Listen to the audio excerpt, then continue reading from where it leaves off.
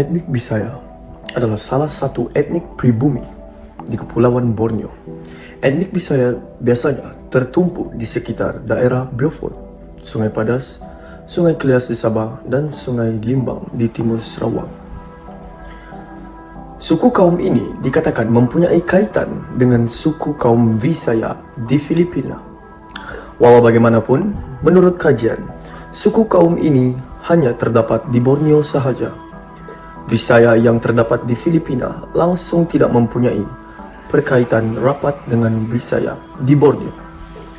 Berdasarkan kajian bahasa dan budaya, etnik Bisaya ini berasal daripada kelompok etnik dusun yang merupakan penduduk terawal di Sabah.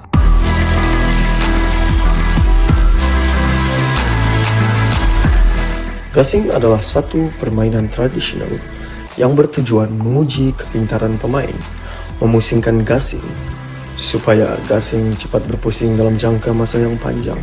Permainan ini dimainkan oleh remaja, dewasa, ataupun kanak-kanak yang berumur 9 tahun ke atas. Jumlah pemain bagi permainan ini adalah 2 orang atau lebih, dan ia dimainkan di kawasan yang lapang dan rata. Gasing ini dia berkait rapat dengan satu legenda ataupun cerita dongeng.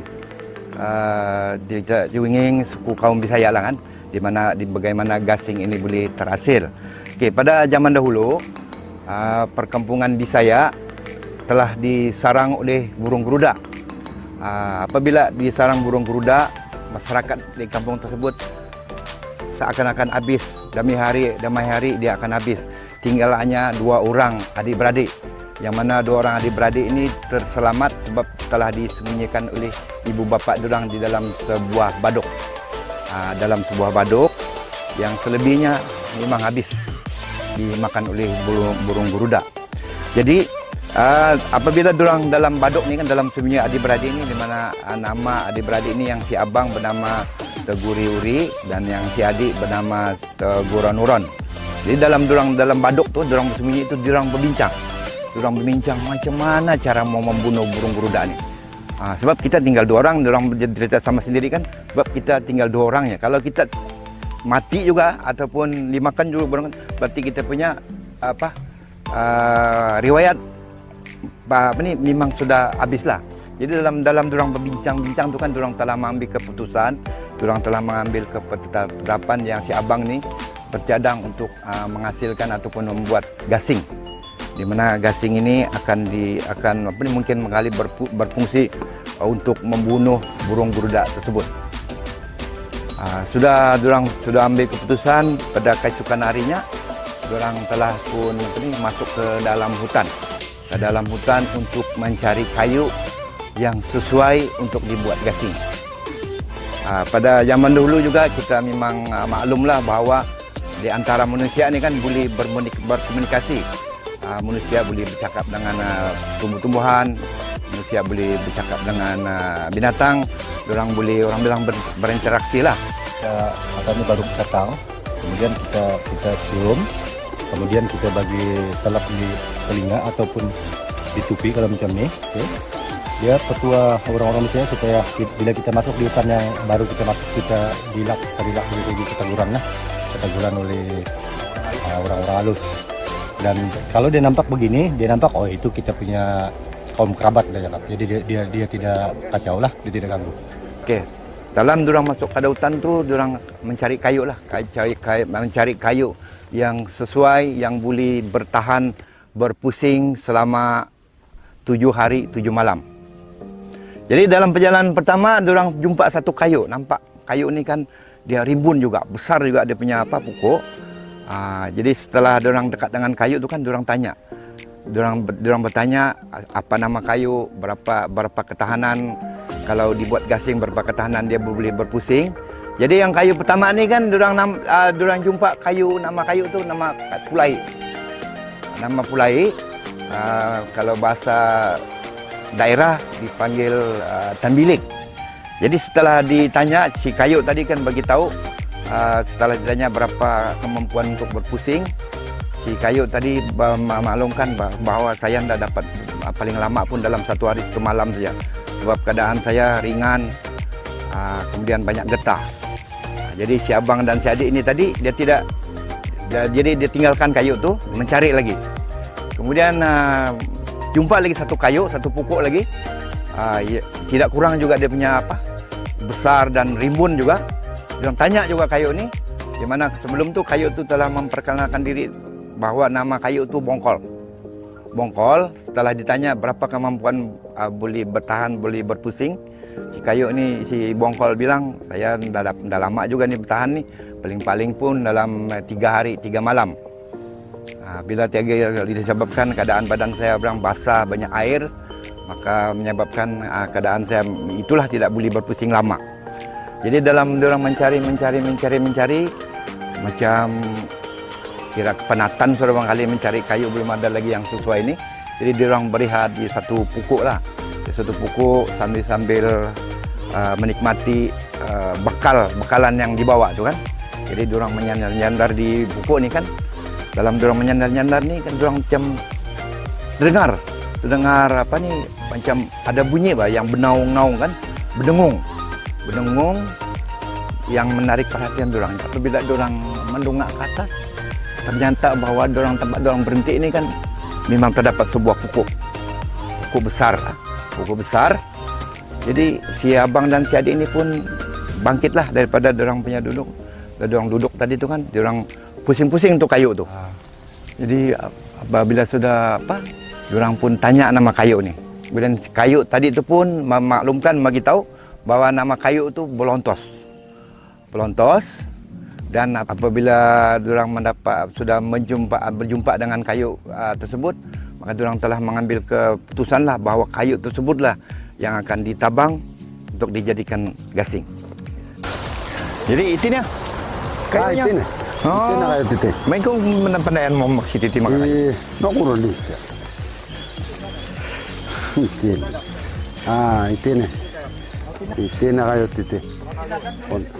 Tinagad. Isa, kote ng pungkar ba ito? Napungkar. Naba ba? Napungkar na ba? Jadi tinuloy mo na. Tinuloy ko na. Lugo ka na. Ito, lugo. Lugo na ko tite. Jadi dia punya ianam tempat itu. Tempat dito ngarannya lotong. Lotong. Jadi itu nih. Ito na kayunya ito. Kayu kulit papu ito. Kayu kulit papu. Jadi nuno pia kali ada nih petua-petua pantang larang. Nah, ina sudah tanto na nawang. Sebelum toko mengalap da kayu ti sama ini macam toko mau ada walay ulun menyalam. Mano ada salamnya nenek. Jadi malap pati na guru. Boleh. Maulin pati ya. Apa itu anak wagu yang pandai? Saya maulin ko na. Jadi sebelum toko mengalap da kayu na, sekurang-kurang kapak tialan dari caya. Apabila sudah nal dari caya, baru toko mikijin. Jadi selain daripada kulit papu, itu kulit papu berarti kan? Itu kulit papu. Nuno punya kayu lagi boleh landa gasing. Kayu yang boleh alanda gasing teh. Kalau ikut dalaid, kalau ikut dalaid, rukom, boleh. Belontos, aina sudah tentu tetap nena endang belontos nena. Sedaman pendana. Kupi, kupi na pun boleh nena. Boleh nena. gakat limau. Gakat limau. Lain ke batang lah. Lain gakat. Jadi malasu tadi. Bah. Malasu. Kuan toko ne gulo. Bah. Dari Mana ngata. Tenai pun mau ke ginorok. Nakabit da minuman waig pun isa nakabit itu. Kau bet telampau mo ko kinuma. Posok waig pun rabit. Bah, jadi yang antoko na. Jadi sebelum toko mengalap da kayu ti kapak ti mistialan daer caya. Iya, mau ikalo. Jadi kuan ko gulo Bismillahirrahmanirrahim.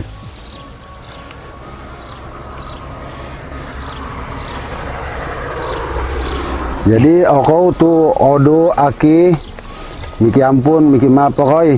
Jadi aku miki jin mengalap da kayu titi alun jami da gasing.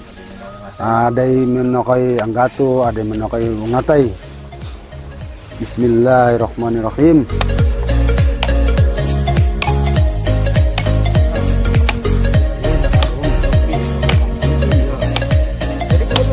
Setelah kayu di kanal plastik, maka kayu tersebut diambil dan dibuat gasing. Jadi proses membuat gasing ni mungkin mengambil masa dalam masa seminggu begitu. Bah, kayu tu harusnya. Kayunya tugon gulu sebelum taruh kalon. Dikala gulu koti kayu ti baru boleh toko menara dan gasing. Bah, jadi men Ada kuy. Tugon gulu. Tiga ni. Jadi suap baru toko boleh Mahal baru beli mahal. Ulu nih itu yang pandainan penuh. Jadi tuan kan Semalap itu dulu itu. sudah kamu pun terharu pasti untuk jadi baru pun. Jadi kalau kau jadi itu anak 12 aku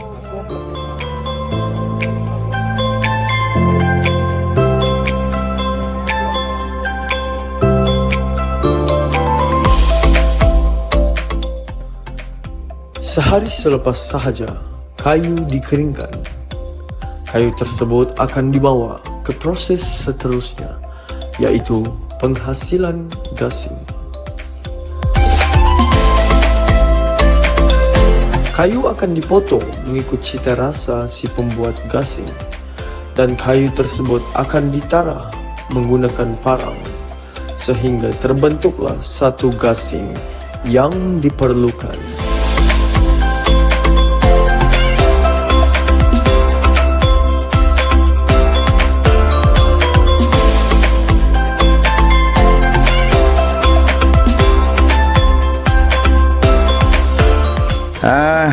Ini gasing yang baru terhasil, di mana dibuat dengan tangan dah.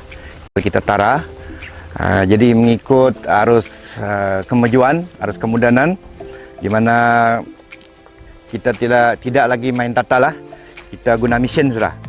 Jadi perbezaan gasing dengan tangan dan gasing dibuat dengan mesin, maksudnya dilarik lah, diralik. Inilah hasil. Ini gasing ini dibuat pakai mesin. Perbezaan dia, dengan tangan dia nampak kasar, kemudian keimbangan tu tiada.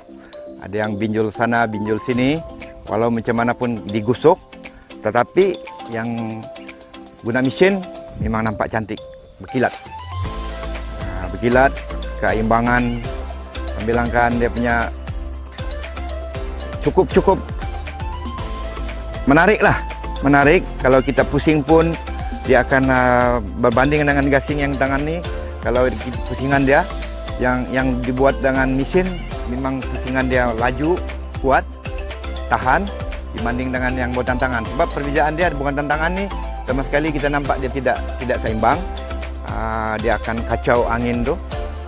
Tapi kalau yang dengan yang dibuat dengan mesin ni, apa benda-benda barangkali dia macam nampak licin saja. Tidak ada gangguan. Tuh, perbezaan dia. Kemudian penggunaan kayu. Kayu sekarang ni, kalau dulu kita pakai ni kulim papa, kita pakai ni kalau ikut legenda tu, kita memang pakai tu kayu belontos. Tapi kayu belontos ni sekarang ni sudah pupus. Jadi kita ikut perdiaran masa, dan kita juga telah mendengar di daerah-daerah lain kayu apa yang paling sesuai, paling cantik dibuat gasing. Jadi kita pun ikut. Jadi yang kayu sekarang ini yang berbentuk merah ni biasa dipanggil kayu menggaris. Kelebihan kayu menggaris ini dia pajal lah. Pajal daripada kita mula buat sampai ke beberapa hari, sampai ke ataupun bertahun-tahun. Kalau berat dia itulah. Dia tidak pandai ringan, dia tidak pandai retak, dia tidak pandai pecah. Walaupun kita simpan 10 tahun, 20 tahun. Ini kelebihan kayu menggaris ni. Cuma yang kita pakai sekarang ni untuk main hari-hari, kita guna kayu biasa-biasa sajalah. Sebab bilang kayu-kayu biasa ni senang dicari, walaupun dia pecah mengkali retak kan. Mudah kita perolehi kayu-kayu tersebut, dan kita guna untuk main hari-hari lah. Kalau untuk pertandingan, kita akan guna kayu yang lebih keras, lebih tahan. Setelah gasing terhasil, di mana badan gasing tersebut dorang simpan macam-macam senjata lah, macam padang, tumbak, di mana tujuannya apabila gasing tersebut disambar oleh si geruda tadi yang akan membunuh si geruda. Jadi setelah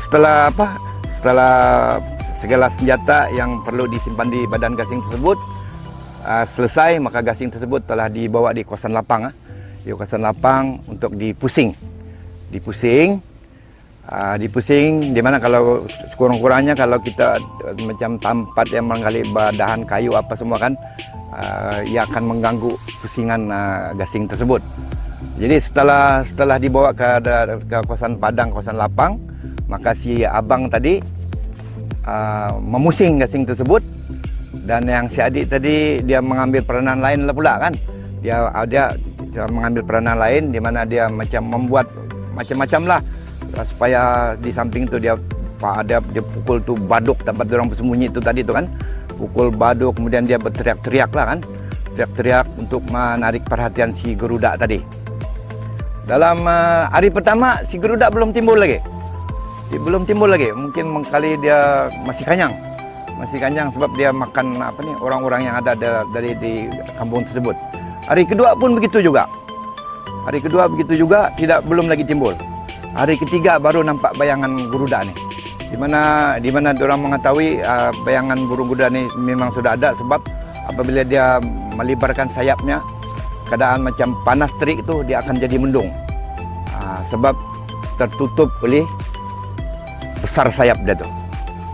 Dari sana orang tahu bahawa geruda tersebut sudah dekat dengan diorang. Jadi si abang tadi si adik tadi masih lagi dengan peranan dia lah. Dia berteriak dan sebagainya lah untuk menarik si burung geruda ini. Apabila sudah burung geruda tersebut nampak betul-betul dekat, si adik tadi bersembunyi, kedua-duanya bersembunyi lah, membiarkan saya gasing tu berpusing-pusing dengan di mana gasing ni di samping dia berpusing, dia juga mengeluarkan bunyi berdengung macam-macam lah.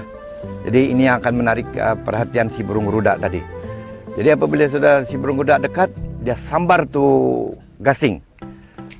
Bila dia sambaran pertama tu belum dapat membunuh ni geruda ni, cuma dia dapat menerbangkan beberapa helai dia punya bulu. Jadi kemudian sambaran kedua hanya dapat melukakan beberapa bahagian lah badan geruda tu. Dan akhir kali sambaran yang ketiga tu itu yang menyebabkan burung geruda tadi terjatuh, tergulik, mati. Apabila sudah burung geruda ni mati, maka si adik si abang si Toguri dan juga si Tegurung-Guran ni macam merasa senang hati. Nampak kegembiraan di wajah masing-masing, sebab dalam pertemuan tersebut tinggal diorang saya yang berdua.